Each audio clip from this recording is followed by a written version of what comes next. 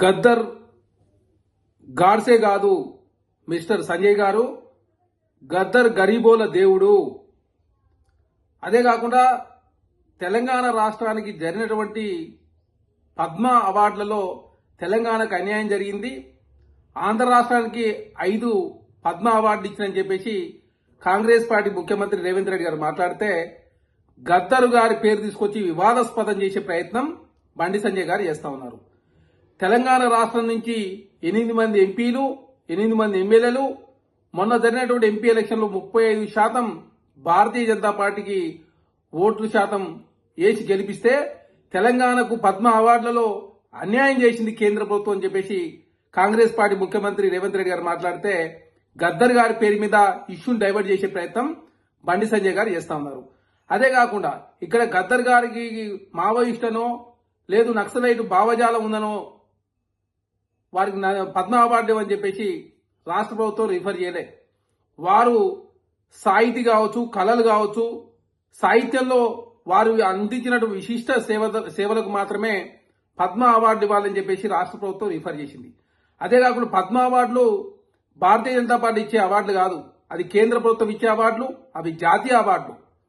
Bharatiya Janata party ఇచ్చే award అయితే మీ భావజాలను ఉన్నోళ్ళకి ఇచ్చుకుంటే ఎవరికి అభ్యంతరం లేదు.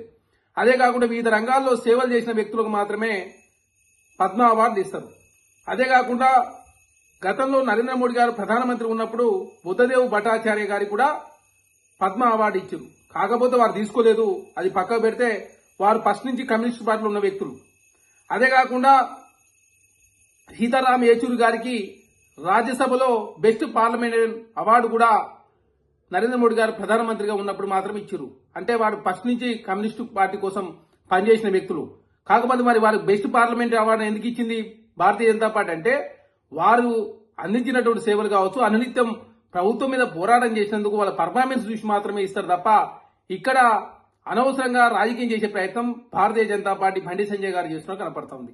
బండి సంజయ్ ఒక కేంద్ర మంత్రిగా మాట్లాడతలేడు, ఒక సాధారణ కార్యకర్త లాగా ఏది పడితే అది మాట్లాడుతూ తెలంగాణ సమాజాన్ని తప్పుదారి పట్టించే ప్రయత్నం బండి సంజయ్ గారు చేస్తూ ఉన్నారు. అదే కాకుండా గతంలో అద్వానీ గారు హైదరాబాద్ లో సభ పెట్టినప్పుడు కావచ్చు, నరేంద్ర మోడీ గారు సభ పెట్టినప్పుడు కావచ్చు, గద్దర్ గారు కూడా ఆ సభకు వెళ్ళిండు, నరేంద్ర మోడీ గారికి అలింగనం చేసుకుంటూ బండి సంజయ్ గారిని అలింగనం చేసినప్పుడు మరి ఎందుకు అప్పుడు గద్దర్ గారి భావజాలం గుర్తు రాలేదా బండి సంజయ్ గారికి కానీ నరేంద్ర మోడీ గారికి కానీ? ఇక్కడ భావజాలం ముఖ్యం కాదు, వారు అందించినటువంటి విశిష్ట సేవలను గుర్తించి సాహితీ రంగంలో కావచ్చు, తెలంగాణ ఉద్యమంలో కావచ్చు, గరీబోలకు వారు చేసినటువంటి సేవలు గుర్తించి మాత్రమే ఇక్కడ పద్మ అవార్డు ఇస్తారనేది చాలా స్పష్టం. బండి సంజయ్ గారు అవగాహన లేకుండా సమాజాన్ని తప్పుదారి పడిచే ప్రయత్నం బండి సంజయ్ గారు చేస్తా ఉన్నారు. ఇప్పటికైనా తక్షణమే బండి సంజయ్ గారు క్షమాపణ చెప్పాల్సిన అవసరం ఉంది తెలంగాణ సమాజానికి, గద్దర్ గారి కుటుంబానికి. అదే కాకుండా భారతీయ జనతా పార్టీ ఇప్పుడు తెలంగాణ రాష్ట్రానికి రాష్ట్ర శాఖ అధ్యక్షులు అవుతున్నాయని చెప్పేసి ప్రచారం జరుగుతూ ఉంది. ఈటల రాజేంద్ర గారు మరి పీడీఎస్ నుంచి వచ్చిండు. వారు పీడీఎస్ లో పనిచేసినప్పుడు చాలా మంది ఏవీపీ వీపీ కార్యకర్తల మీద దాడులు చేసినని చెప్పేసి మీ పార్టీలో ఉన్నటువంటి మనోహర్ రెడ్డి గారిని అడిగితే తెలుస్తుంది.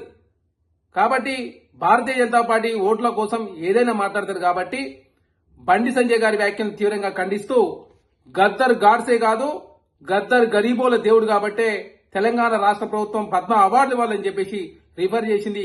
ఇష్యూని డైవర్ట్ చేసే ప్రయత్నంలో భాగంగా బండి సంజయ్ గారు ఇట్లా వ్యాఖ్యలు చేసి కనపడతా ఉంది. వారి వ్యాఖ్యలు తీవ్రంగా ఖండిస్తా ఉన్నారు.